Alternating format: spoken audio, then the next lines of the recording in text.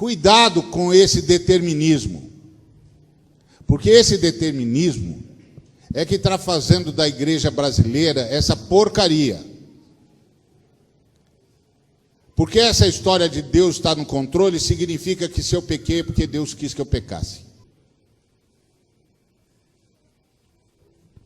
Isso é conversa determinista. O determinismo é a mãe de todas as tiranias. Olá, seja bem-vindo a este canal. Continuando esta série, onde estamos refutando o vídeo do Sr. Eovaldo Ramos, que se encontra dentro do canal do Evangelho Underground, do Sr. Harry Alves, ok?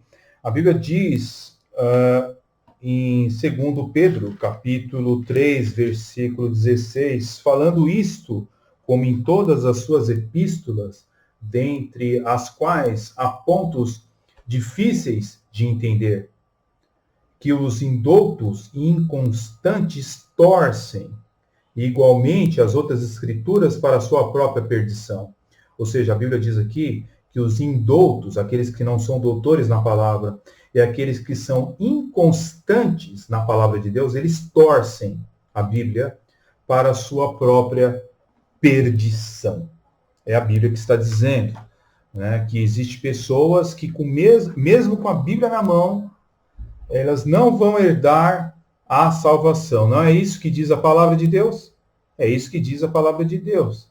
Então, nos vídeos anteriores, nos 2 últimos vídeos dessa série, eu apresentei a questão filosófica, e histórica da questão do calvinismo, de onde veio o nome calvinismo, e o porquê as pessoas elas procuram lutar tanto contra esta cosmovisão, contra essa interpretação das Escrituras. Citei alguns canais por nome, estou amparado biblicamente, porque a Bíblia diz que nós devemos citar, sim, o herege por nome, tá? Paulo fez isso em todas as suas cartas, tá bom? Então estou amparado biblicamente. Ah, mas isso não é ético, isso é afronta. Não, isto é bíblico, ok?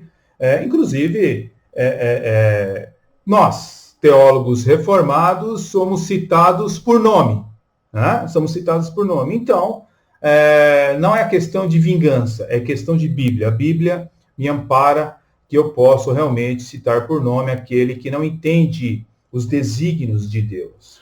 Então, no desenvolvimento do livro 3, das Institutas, nós observamos que Calvino expressa os decretos exaustivos de Deus. Eles exploram também a vontade secreta, a vontade oculta, e o decreto que ele mesmo considera também como um decreto terrível, mas terrível ou não, ele está na Bíblia Sagrada. Então, a eleição, como nós dizíamos no vídeo passado, ela não aconteceu somente para com os homens, mas para com os anjos, conforme 1 Timóteo capítulo 5, versículo 21, diz que a eleição, Deus elegeu até anjos. Mostra isso, então, de que a eleição ela não precisa estar propriamente ligada à salvação, mas à vontade de Deus. A Bíblia alerta também de homens que teriam ensinamentos falsos.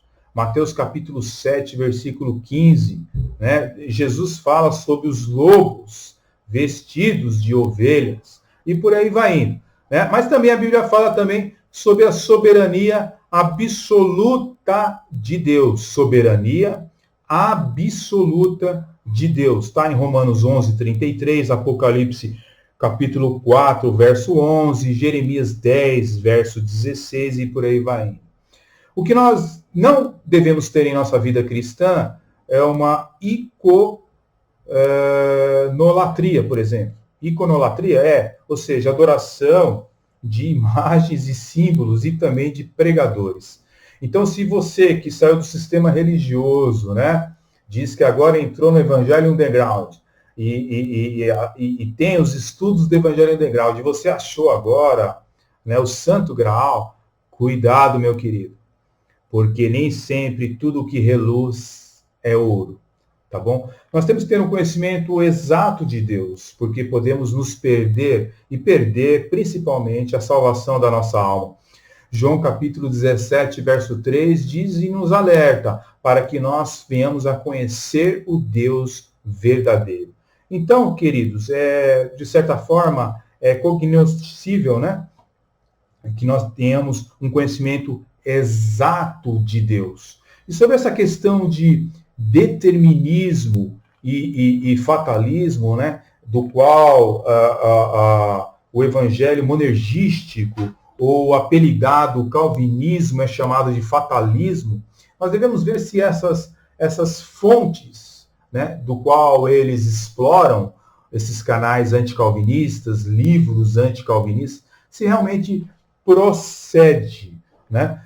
A Bíblia fala, queridos irmãos, de pré-ordenação, né? Se acreditamos que Deus sabe o que está para acontecer, é acreditar no que ele pré-ordenou, certo? É o que ele disse que iria acontecer.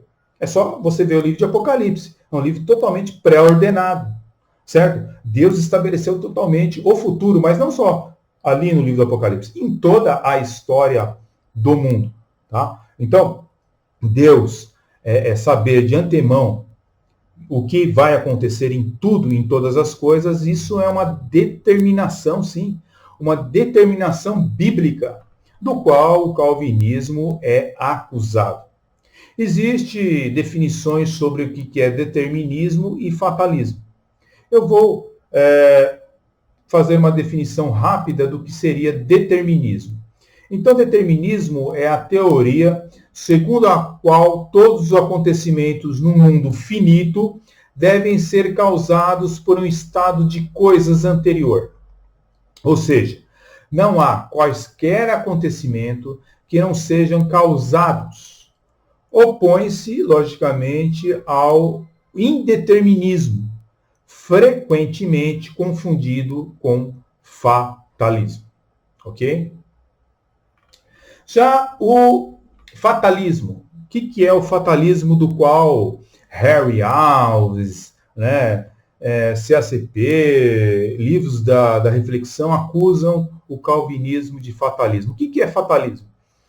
Fatalismo é uma conclusão pagã comum, mas ilógica, de que porque todas as coisas são causadas, as escolhas humanas não possuem qualquer sentido ou são irrelevantes para os resultados. Então, normalmente, desencoraja a ação moral, ou desculpa a ação imoral. É falsamente equiparado ao determinismo e à predestinação. Existe uma confusão nessas questões, tá bom?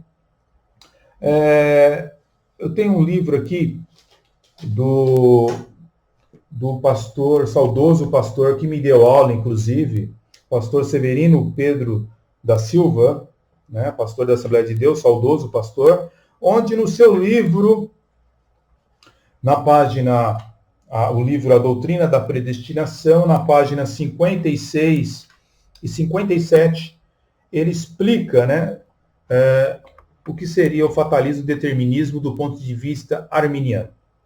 O fatalismo sustenta que todas as coisas acontecem por via de uma força cega, estúpida, impessoal, amoral, que não se distingue de necessidade física, que nos arrasta indefesos pela sua força, como para um rio arrasta um pedaço de madeira. E a Bíblia, porém, condena o fatalismo, né? Quando diz, porque o que sucede aos filhos do homem, isto mesmo também sucede aos animais, a mesma coisa lhe sucede. Eclesiastes 13, 19. O tempo e a sorte pertencem a todos. Eclesiastes 9, 11. E que Deus pode modificar qualquer coisa a nosso respeito.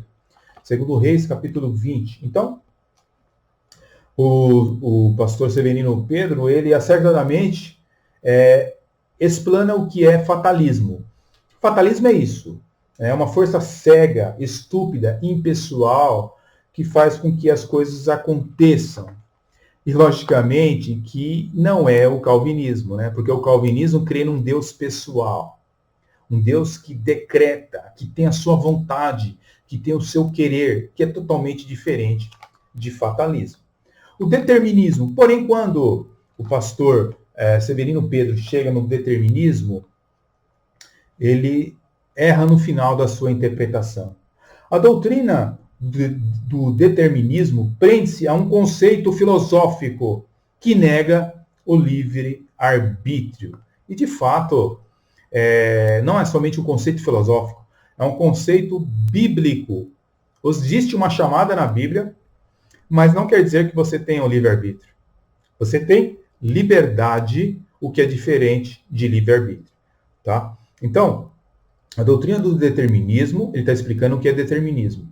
Prende-se a um conceito filosófico que nega o livre-arbítrio e a influência pessoal na determinação. O determinismo ensina apenas que para cada fato há de ser havido sempre razões suficientes que o determinam. Determinismo, portanto, nega o livre-arbítrio. A Bíblia, porém, não aceita o determinismo quando diz: os céus e a terra tomo hoje por testemunha de vós contra vós. Eis que tenho proposto a vida e a morte, a bênção e a maldição. Escolhe, pois, a vida para que vivas. Então, e portanto, isso significa livre-arbítrio. Houve uma confusão no que ele quis explicar sobre fatalismo e determinismo. Infelizmente, ele não foi feliz, a não ser na questão do fatalismo, onde ele foi preciso, mas quando ele foi explicar o que é determinismo, assim como os teólogos arminianos atuais também confundem os termos. Tá? Os teólogos arminianos, eles